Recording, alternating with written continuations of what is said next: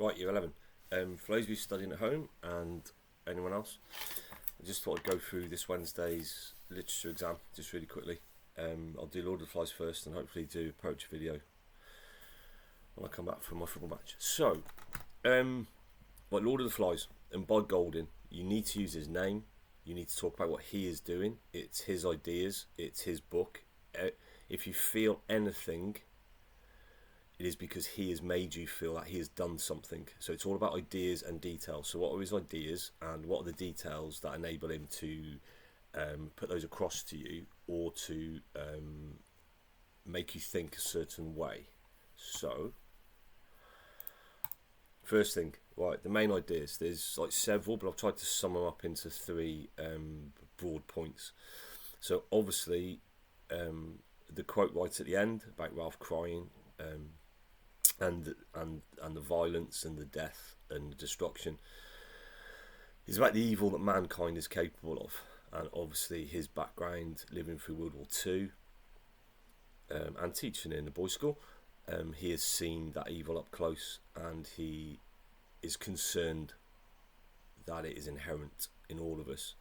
Mainly, you would have thought due to the atrocities of World War II. There's always been atrocities, but I think the horror of World War II was that a civilized Christian European nation could do things on such a methodical scale. So these weren't just boys with spears screaming and fighting. This was organised, and I think by showing a bunch of boys do it that way, it mirrors what happens when you do it on a nation scale. The second bullet point: failures of democracy and the constant threat of tyranny. If you have done Macbeth, you know that tyranny is a key part of that play, and we've always been fascinated by it. What happens when evil occurs on a large scale? We tend to fixate on the person at the top. So Stalin, Hitler, Pol Pot, and Kim Jong-un, and Putin at the moment. We tend to highlight a key figure and try and blame it on them, turn them into the devil. It's their fault and they were evil. But I think he's looking at more the mechanism of tyranny. How do other people go along with that?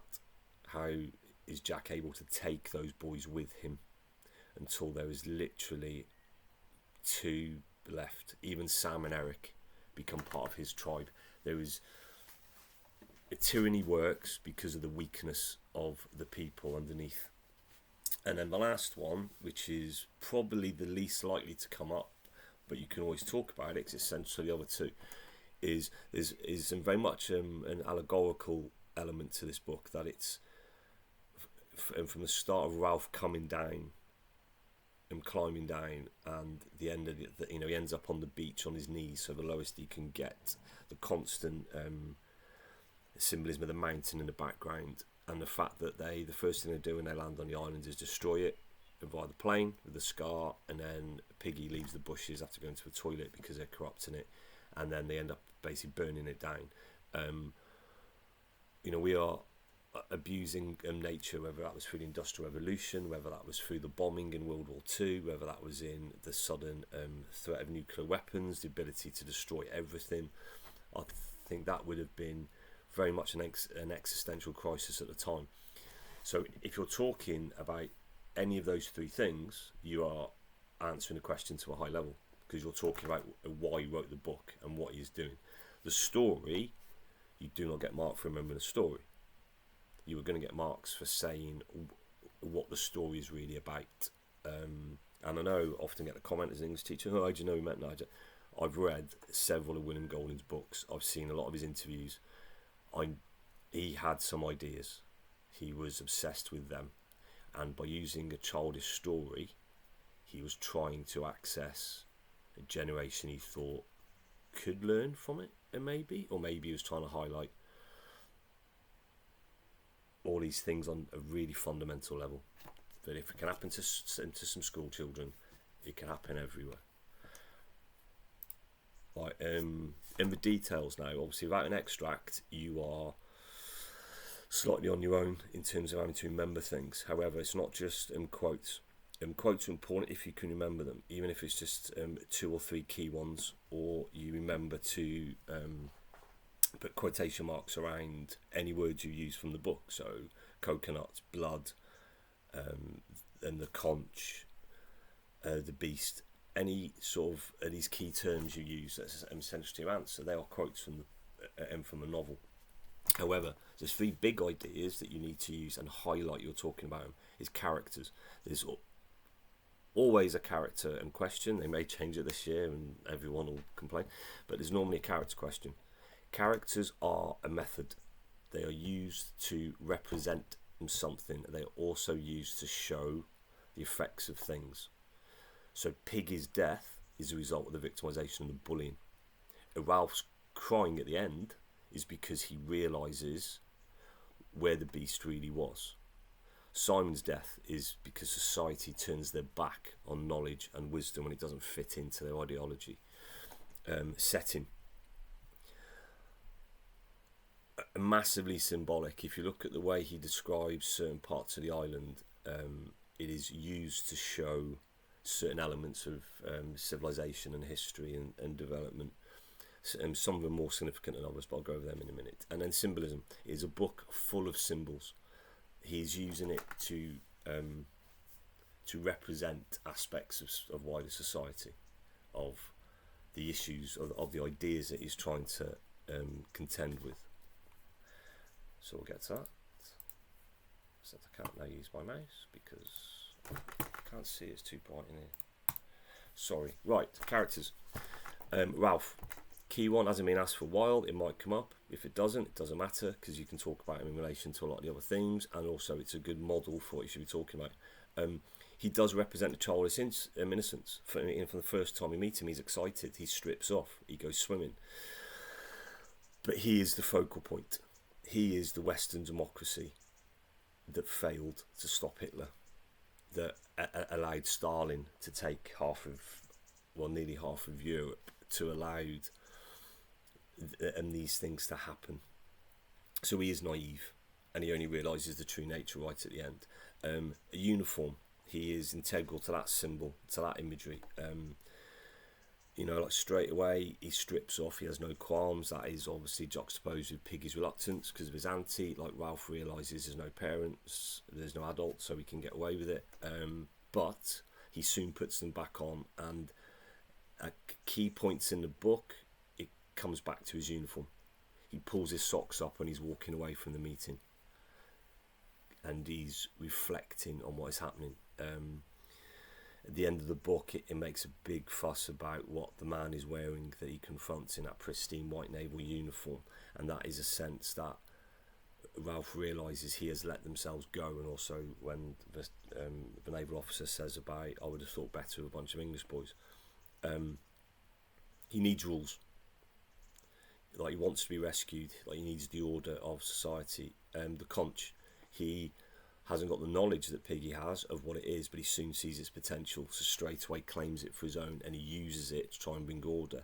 And if you look at the way the novel progresses, by the end of it, he barely has it. It is Piggy that is cradling it. Piggy that is trying to keep hold of what it represents. Ralph has given up. He cannot fight Jack's and tribe and power and tyranny. So in the end, he ends up physically fighting him because democracy does not work. And the politics of it, political fallibility. He tries to be a politician, like Neville Chamberlain did, and like various Western powers did, but he is weak. He appeals to the mob. He appeals to the crowd. So he defends Piggy, but in doing so reveals his name as Piggy, which he doesn't want him to do, even though in his mind it is better than being called Fatty. And then in the first discussion about and their jobs, he immediately compromises on the choir. They can look after the fire and they can hunt. Now he thinks he is doing the right thing, but he's enabling them. He is politically weak. Sometimes a fair leader can be a weak leader. It's boiling in here.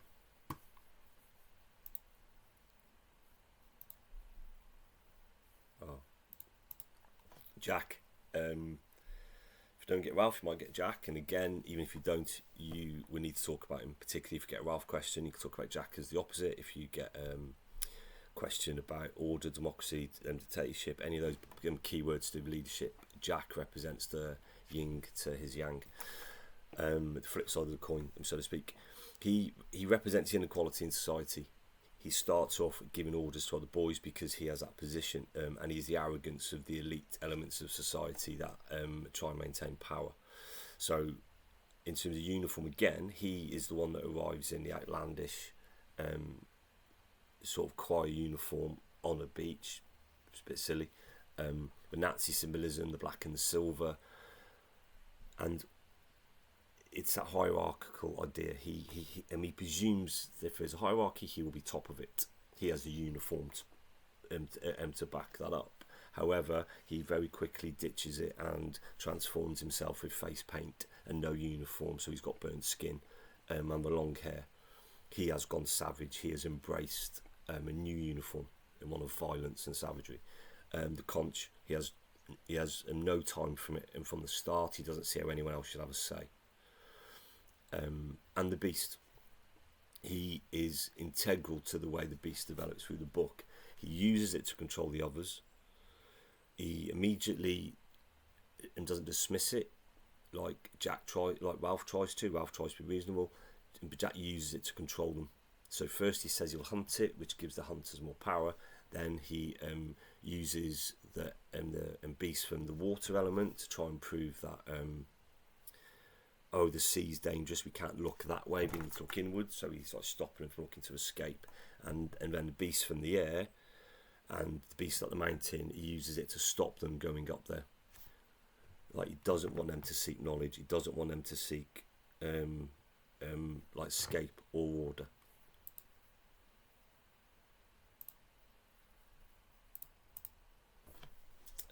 Setting. You may get a setting question. If not, you need to talk about it anyway because it's a key method. The island is a paradise, and they call it that. It's a good island and we'll have fun, but they scar it straight away. And then the toilet habits, which I mentioned more than once, they are corrupting it, they are desecrating it, and then obviously the fire. The first time they do it, it goes out of control, it kills a child. By the end of the novel, they've burnt most of the island. The forest and the jungle, it's that fear, the darkness, it's untamed. It's why we don't know what's in there. It's that lack of knowledge, so they're afraid of it, and it brings out their worst qualities. The mountain is massively symbolic, has been in many religions. Look at Muhammad, Moses, Jesus, old pagan religions like mountains, Noah with the ark. So mountains have always been a key part of culture in terms of they represent something unobtainable, something above us, like something mystical, like the Greeks with Olympus and stuff. On the beach you can see they're safe, it is clear. However, Jack doesn't like it there, so he goes to Castle Rock, and you look at history. Castles, forts, wall towns have always been used to control or to protect, because violence and aggression is always part of a man's historical makeup. Symbolism. Whatever question you get, you're going to have to talk about it, because the symbolism is what carries the ideas and the message. So the conch, it's that order and democracy. They blow the conch, all the boys respond because they're used to order, they're used to obeying the school bell, they're used to obeying the man with the megaphone. And then you also have that yonic element to it. It does represent femininity and the maternal instinct. Piggy finds it.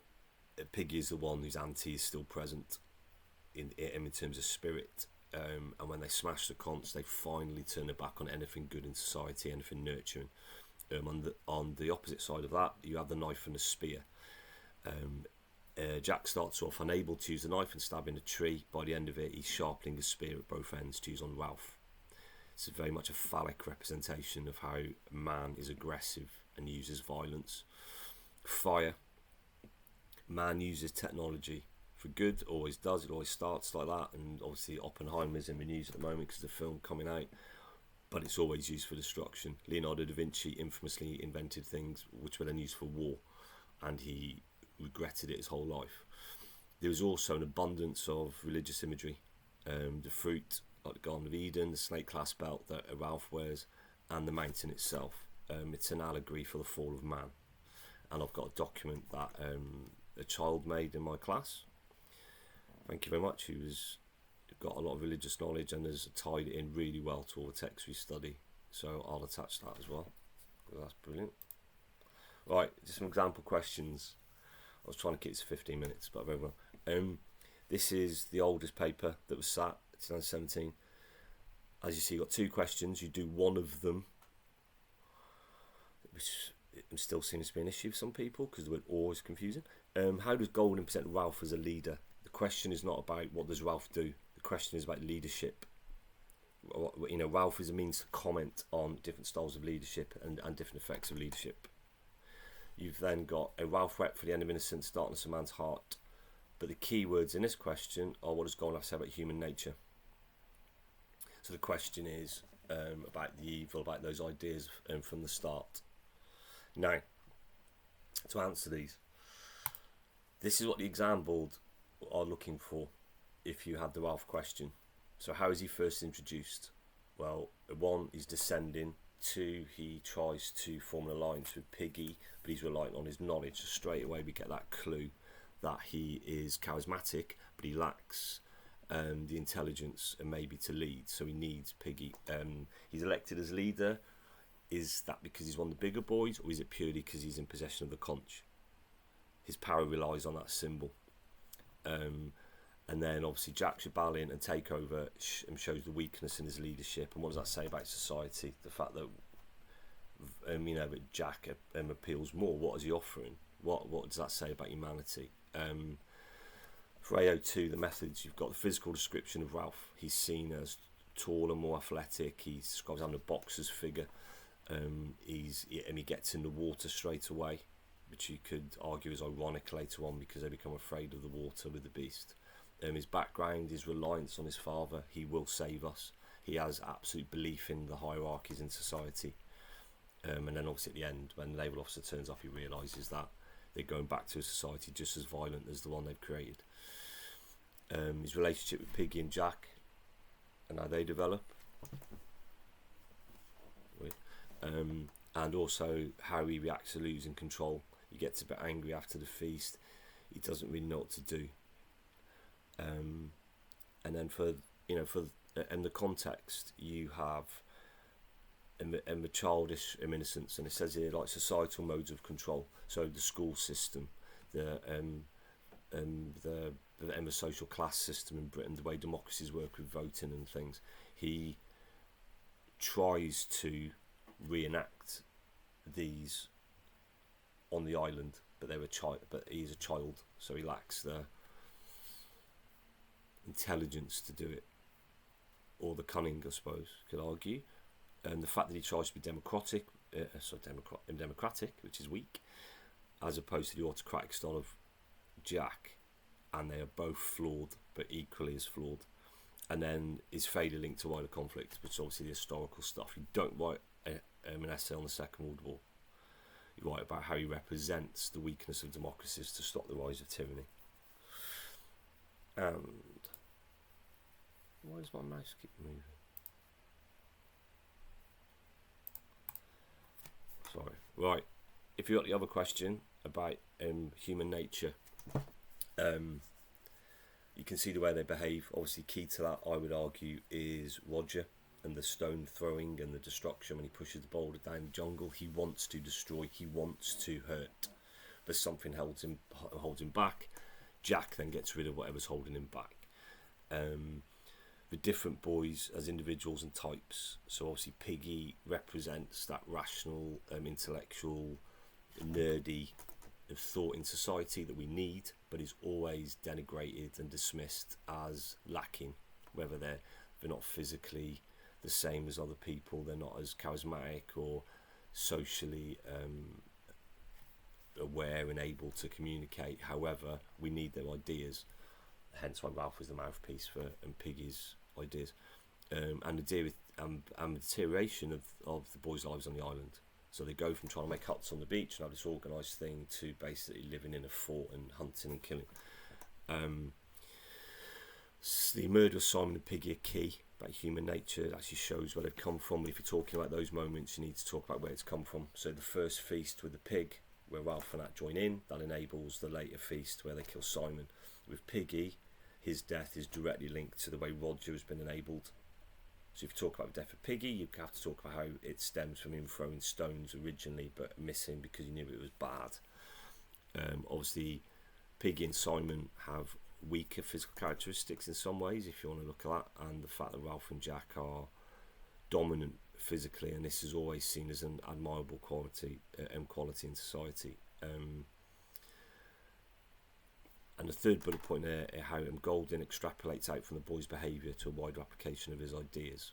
Well, they all represent something. Like Roger represents the sadism in society that, when enabled by tyranny, can result in the Holocaust.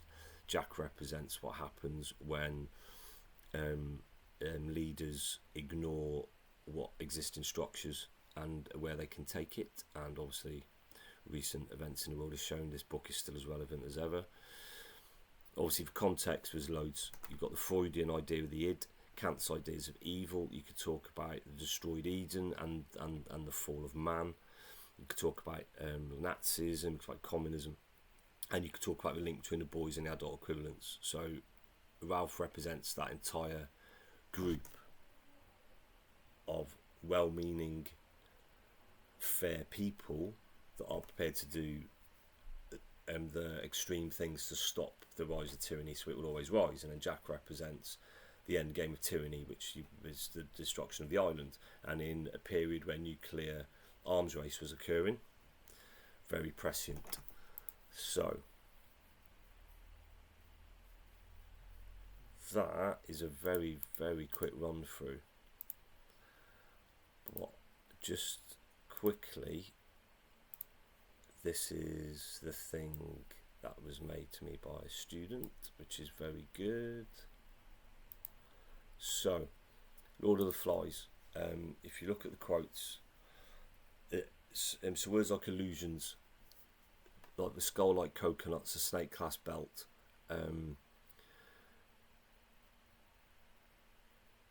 the fact that they describe the island in such positive terms like paradise, however they're then going to destroy it, much like man did to God's creation. You've got the allusion to Genesis, their eyes shining, mouths open, triumphant, they savoured the right of domination, they were lifted up with friends. And again, there's a line in the Bible where God gives Adam dominion over all living creatures.